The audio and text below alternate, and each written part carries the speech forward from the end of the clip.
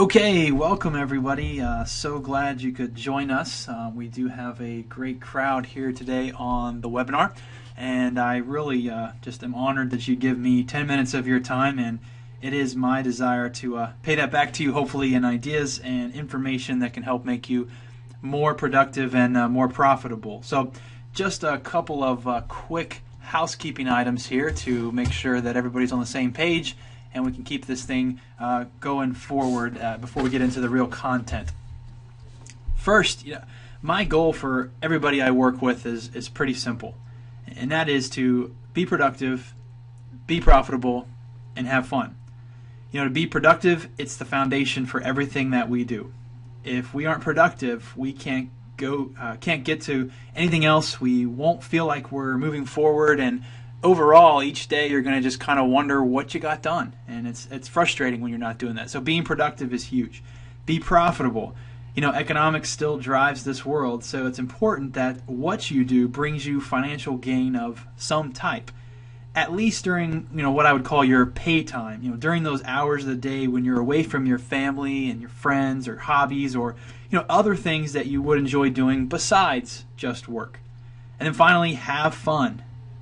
My gosh, life is just too short. We have to have fun. And I firmly believe if you're productive and you're profitable, it does get a whole lot easier to have more fun.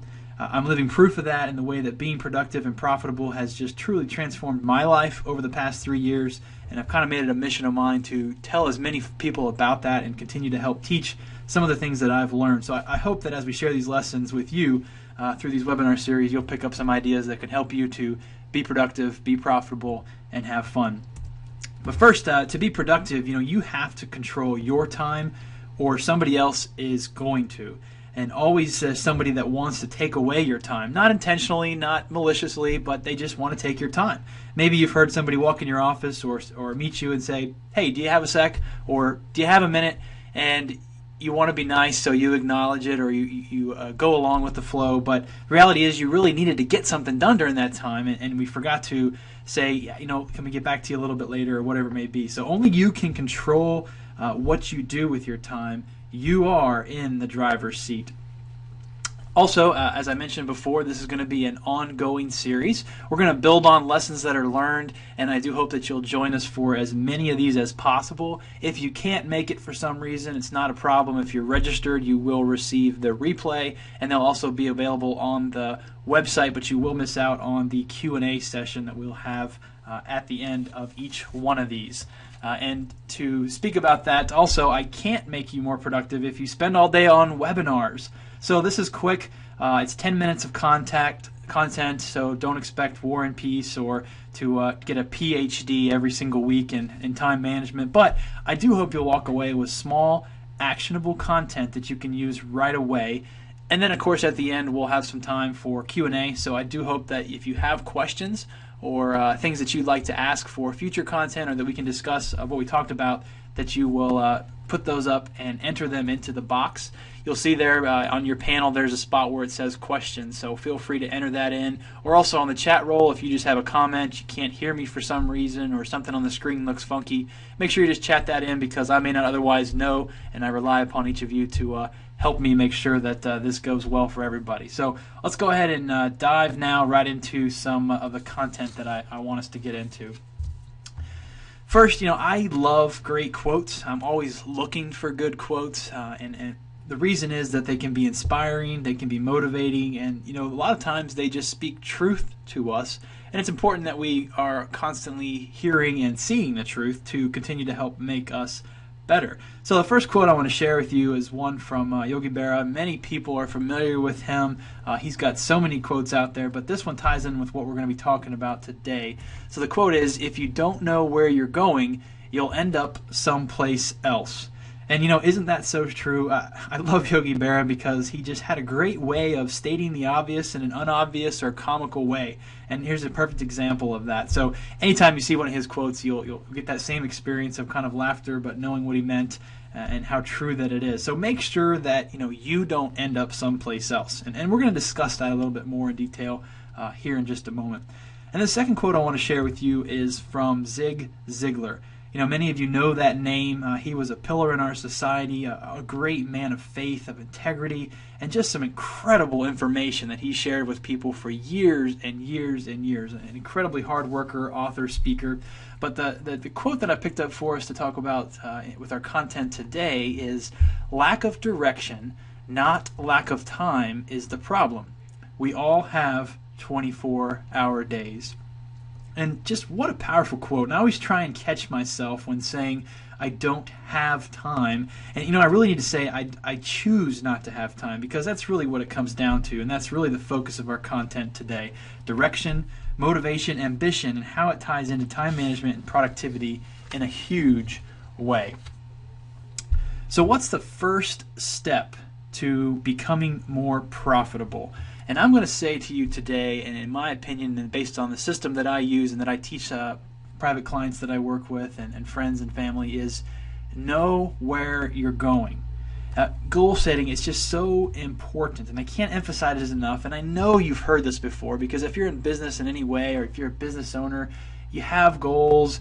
You think about your future, you have things you want to do, but I write a monthly column for a paid marketing membership organization called the Marketing Insiders, and each month I discuss in it different ways, thoughts, ideas, and strategies on goal setting, because we've all heard so many different things, but we've got to make it real for us every single day. We've got to make it real on a regular basis, and that's kind of the hard part, not having the idea, probably not even getting it down on paper, but making it real so that you are using that to make the right decisions, to move in the right directions, and as Yogi Berra said, so you don't end up someplace else. I believe, and I've seen it time and time again with entrepreneurs, business professionals I work with in the community and outside, that it's not a time management issue, but an ambition issue that causes us issues many times. Now, let me explain, because if you read that the first time, it might catch you off guard, because you might think to yourself, well, I'm an ambitious person and I have issues with time management, so that can't be the reason. But let me explain. It doesn't mean that you're not going to get overwhelmed at times, or have too many things to do. That doesn't have anything to do with the fact that you aren't ambitious. It just means that you're maybe not using your ambition the right way, or using your ambition to the fullest potential when it comes to keeping projects and important things moving forward. Your ambition has to be targeted and direct, not wavering for any reason. Otherwise, the daily grind and the interruptions will control your time, and you won't get anything of importance done. Therefore, you won't move your goals forward at all. You have to have that deeper, stronger desire to get something accomplished, to keep things moving, and use that as your motivation to control that ambition in a way that keeps you focused, because goals drive everything we do. And finally, so much of our lack of focus and lack of productivity is just caused by distractions of the less important. How easy is it to get sucked into email and find yourself hours later with nothing accomplished except a less busy inbox? Or perhaps it's easy to get pulled into a conversation that sucks up 2 hours or 30 minutes and prevents you from getting things done. How easy is it to get dragged into $10 an hour work when to really hit your true company or personal revenue goals, you need to be earning or producing $50, $75, maybe $100 per hour in the value of what you're producing. So what are some reasons that cause lack of productivity? Research shows a couple different things I want to share with you. First, about 10% of people, they just have a bad system. They just don't know what to do. We can help that. There's ways that we can work through that and come up with better systems that are going to help you to get more accomplished. And some of these webinars are going to hopefully help you with that and help you to create a better system and get more organized in what you do. 20% of the people, they just don't have enough pressure. There's no accountability. Maybe where is the accountability is the question to ask. Your spouse, friends, a boss. Most don't have enough accountability. I know as a business owner, I don't typically have any unless I go out and find it or seek it. So why would I want to get something done?